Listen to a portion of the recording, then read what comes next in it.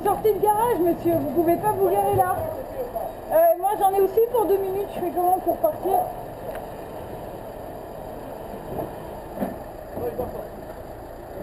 Il y a 50 kilos sur le vélo.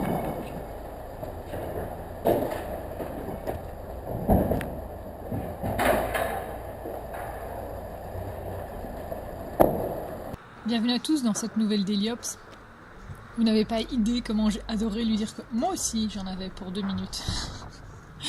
J'ai même failli lui dire aussi que moi aussi je travaillais, puis je me suis dit c'est bon, laisse tomber, on va pas rajouter une couche, il faut qu'il bouge quoi. Le trajet que je vous présente ici est une combinaison de plusieurs tournées en fait.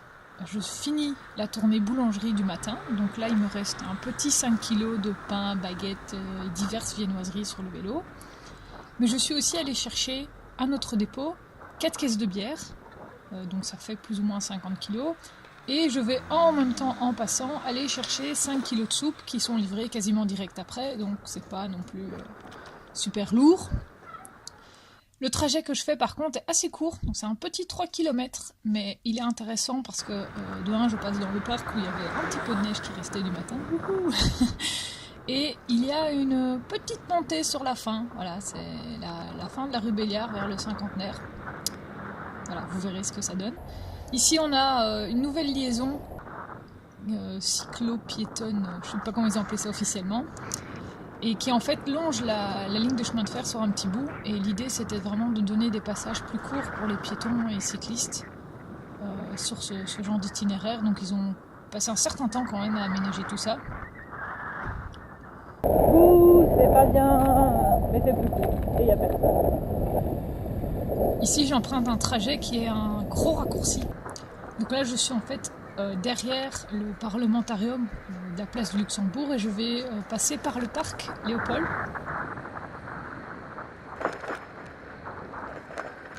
La neige. Bon, on va essayer de pas se casser la figure quand même. Hein. Et ça c'est chouette.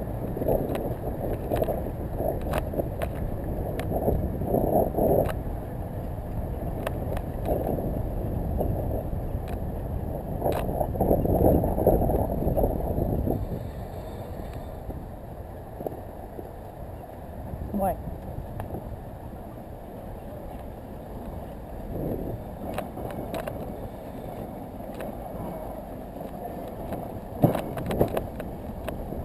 Ça me fait un gros raccourci, et c'est surtout que c'est un raccourci plus cool parce que voilà, il n'y a que des piétons versus avoir deux chaussées où ça roule très fort et alors le dénivelé est beaucoup plus casse-pied.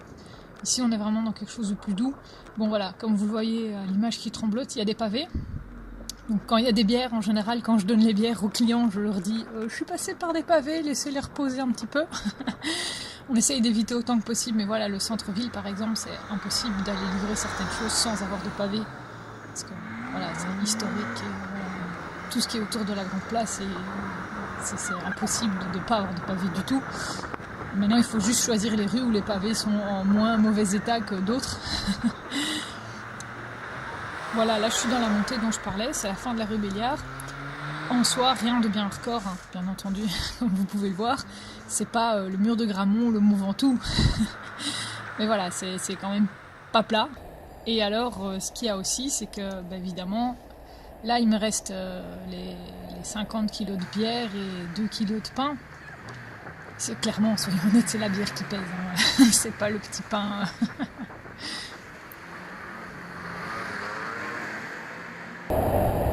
Les gens me demandent toujours comment je fais dans les montées. Bah comme ça. Petite vitesse et on pousse. Et oui, c'est... Comment est-ce que vous faites dans les montées ? Aussi comique que ça puisse paraître pour un cycliste, la question on me la pose souvent. C'est les gens quand ils me voient passer, souvent, je dis souvent, mais ça arrive bien 2 fois par semaine, ils m'encouragent. Allez, c'est presque fini. Alors voilà, quand on est vraiment dans une galère, voilà, qu'on est trempé, pour 135 €, hein, courage mec. Puis on est en train de pousser, on se dit je pousse sur les pédales, ça avance pas, c'est pas possible quoi. Puis ça rentre un peu dans la tête comme ça, voilà. C'est beaucoup mental aussi, hein, livrer comme ça des choses, faut pas se laisser avoir. Voilà, les gens qui t'encouragent, ça fait un peu plaisir quoi. Bon, après, il y en a, ils disent 2-3 commentaires en plus, genre parce que je suis une fille ou des trucs comme ça. Bah là, je laisse pisser, je continue de pousser sur mes pédales, quoi. Et alors, mais franchement, c'est pas méchant, hein, mais voilà, c'est vraiment les gens qui disent mais comment vous faites dans les montées? Voilà, il n'y a pas. Je pousse sur les pédales, quoi. C'est sérieux? Ça c'est nul. Le tout, évidemment, bah, c'est de bien connaître son propre rythme, de connaître ses limites. Il y a 2 semaines, j'ai découvert, bah ouais, je suis tombée par hasard sur une montée que j'avais pas prévue. Le Böckenberg à Uccle, tiens, justement. Bah, j'ai dit, laisse tomber.